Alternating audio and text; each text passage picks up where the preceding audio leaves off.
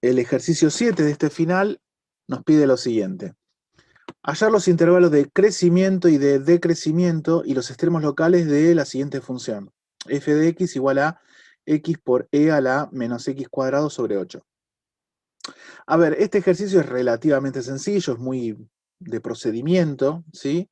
Entonces, usémoslo como excusa para hacer un repaso de cómo eran los pasos, ¿sí?, a seguir en este procedimiento para encontrar los intervalos de crecimiento y los extremos locales.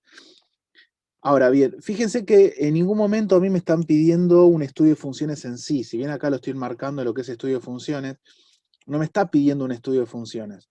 Entonces no hace falta calcular las asíntotas horizontales, verticales, mucho menos la oblicua, ni punto de inflexión, ni punto de concavidad. Solamente me piden crecimiento, decrecimiento, extremos locales. Así que vamos a abocarnos solamente a eso. Entonces, lo primero que vamos a hacer, como siempre, es ver quién es el dominio de f. En este caso, fíjense que no voy a tener problemas con ningún valor de x, así que van a ser todos los reales. Que a mí me gusta, por una cuestión práctica, no es por capricho, recuerden que a mí me gusta darlo como intervalo o como unión de intervalos, ¿sí? Así que en este caso sería, si son todos los reales, el intervalo que va desde menos a más infinito. Entonces, una vez que tenemos este dominio, lo que vamos a hacer es calcular la derivada.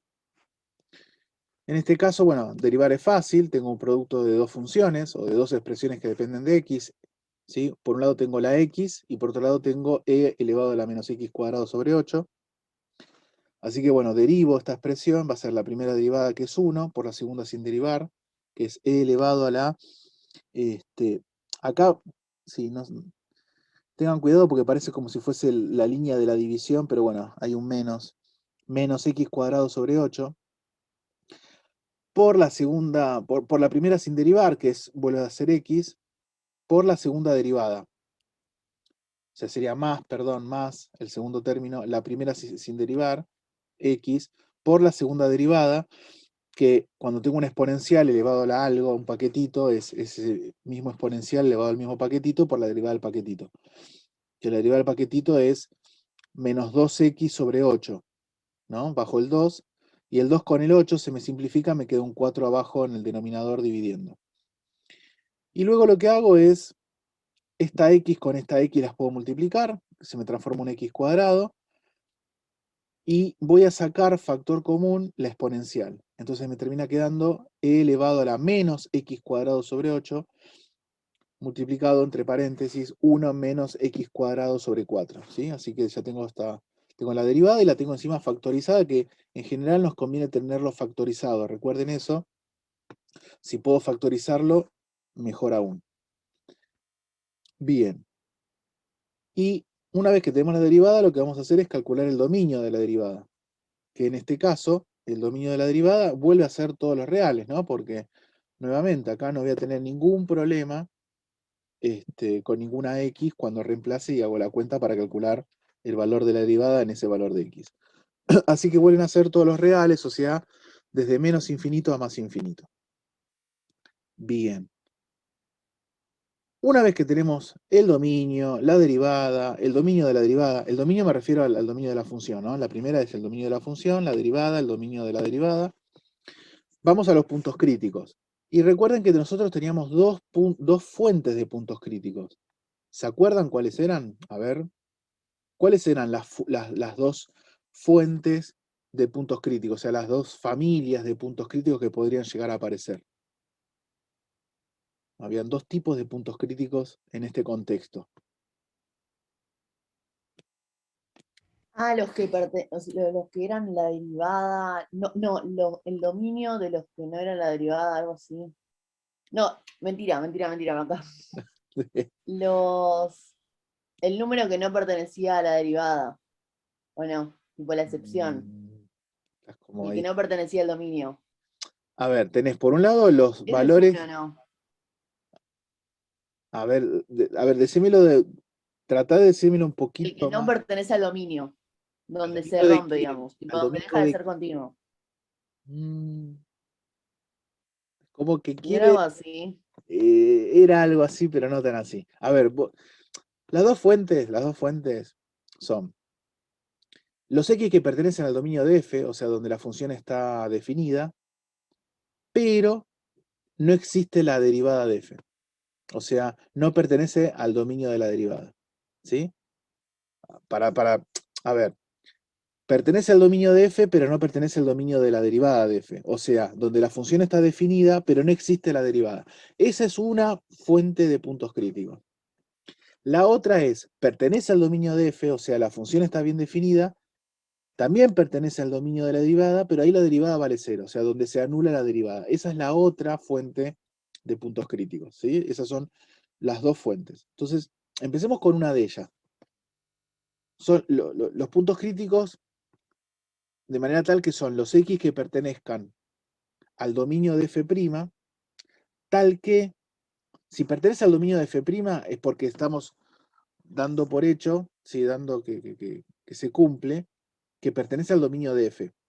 Si pertenece al dominio de F, también, de F', también pertenece al dominio de F. Bueno, en este caso particular, son los X que pertenecen al dominio de F', tal que la derivada de F sea igual a cero. O sea, son los que anulan la derivada. Esa es una familia de puntos críticos. Así que bueno, agarro la derivada y le igual a cero. Y acá recuerden lo importante que resultó tener la derivada factorizada. ¿Por qué? Yo acá tengo una exponencial multiplicada por este paréntesis. La exponencial siempre es positiva. Si e elevado a lo que sea, siempre va a ser un número positivo. Nunca va a ser cero y tampoco va a ser negativo. Pero en particular, lo que a mí me interesa es que nunca va a ser igual a cero. Entonces, esta ecuación se va a anular, va a ser igual a cero, cuando este paréntesis sea igual a cero, porque la exponencial nunca va a ser cero. Entonces, si hay alguna posibilidad de que esta ecuación sea igual a cero, va a provenir de que el paréntesis sea igual a cero, que en este caso el paréntesis es 1 menos x cuadrado sobre 4. Así que bueno, reacomodando un poco, 1 menos x cuadrado sobre 4, ¿sí? El menos x cuadrado sobre 4 lo paso sumando para un lado, luego el 4 lo paso multiplicando, bueno, lo doy vuelta, me queda esta ecuación más sencilla, x cuadrado igual a 4, y de acá saco dos resultados, ¿no? X igual a 2 y x igual a menos 2. Así que acá tengo dos puntos críticos que provienen de anular la derivada, ¿sí? Y después tenemos la otra familia de puntos críticos, que son los X que pertenecen al dominio de F, o sea, donde la función está definida, pero que no pertenezcan al dominio de F', o sea, que la derivada no existe. Bueno, en este caso, nos tenemos, a ver qué me pueden decir al respecto.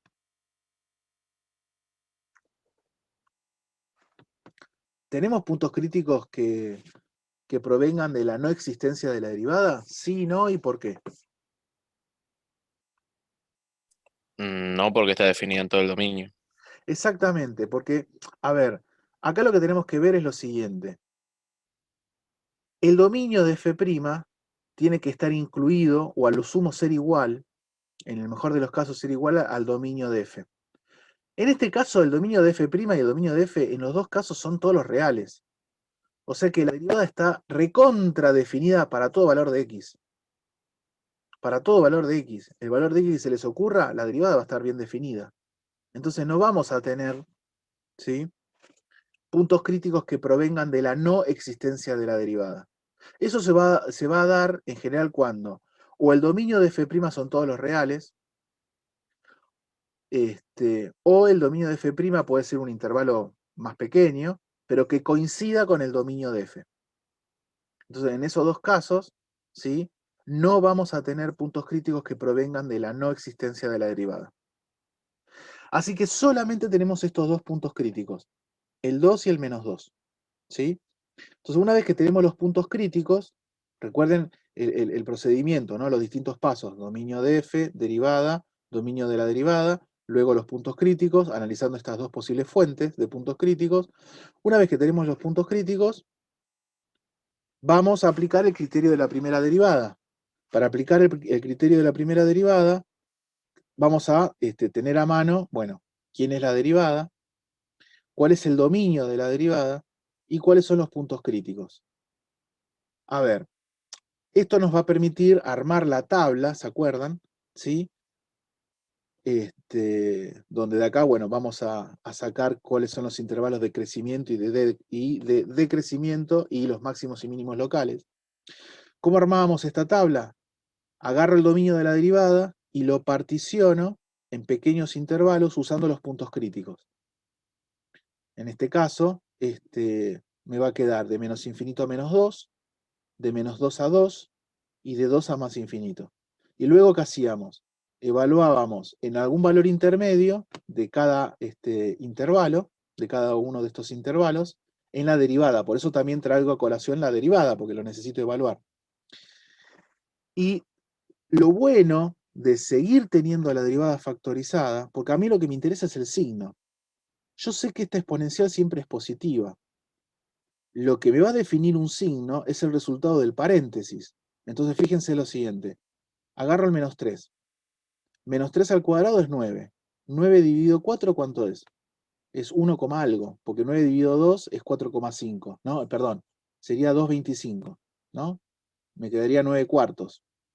Entonces 9 cuartos, 9 dividido 2 es 4,5, y a su vez dividido por 2 es 2,25. Y si a 1 le resto 2,25, me queda un número negativo. Multiplicado por esta exponencial que es positiva, el resultado es negativo. Por lo tanto, en este intervalo decrece. Después, por ejemplo, acá elijo en el intervalo menos 2, 2, elijo el 0. Bueno, 0 al cuadrado es 0 sobre 4, 0, me queda 1. E a la 0 es 1. Bueno, acá me queda 1, es fácil. Así que me queda positivo. Entonces en este intervalo crece. Y luego en este intervalo elijo el 3, me vuelve a dar lo mismo que el menos 3 porque está al cuadrado, 9 cuartos. 1 menos 9 cuartos me queda negativo, multiplicado por la exponencial que es positiva, positivo por negativo me queda negativo, así que la derivada evaluada en 3 me queda negativo. Así que el intervalo es 2 más infinito, en este intervalo la función decrece. Así que como en este intervalo decrece y en este intervalo crece, en menos 2 alcanzo un mínimo local. Y como en este intervalo crece y en este intervalo decrece, ¿sí? En este valor de x, en x igual a 2 alcanzo un máximo local. Así que bueno, toda esa información la voy a empezar a resumir ahora. Intervalos de crecimiento tengo uno solo, el intervalo que va de menos 2 a 2. Intervalos de decrecimiento tengo dos intervalos, ¿sí? De menos infinito a menos 2 y de 2 a más infinito. Recuerden que se enumeran los intervalos uno a continuación del otro y no se pone la unión, ¿sí? Eso se acuerdan que no se ponía en la unión. Máximos locales, bueno, tenemos uno solo. Ojo que esto es un punto, no es un intervalo. Es el punto donde x vale 2 y vale f de 2, ¿sí? Acá tengo un máximo local. Y mínimo local, ¿sí? En x igual a menos 2 igual a f evaluado en menos 2. Así que acá tengo los intervalos de crecimiento, decrecimiento, máximo local y mínimo local, ¿sí? Así que nada, con esto terminamos este ejercicio 7.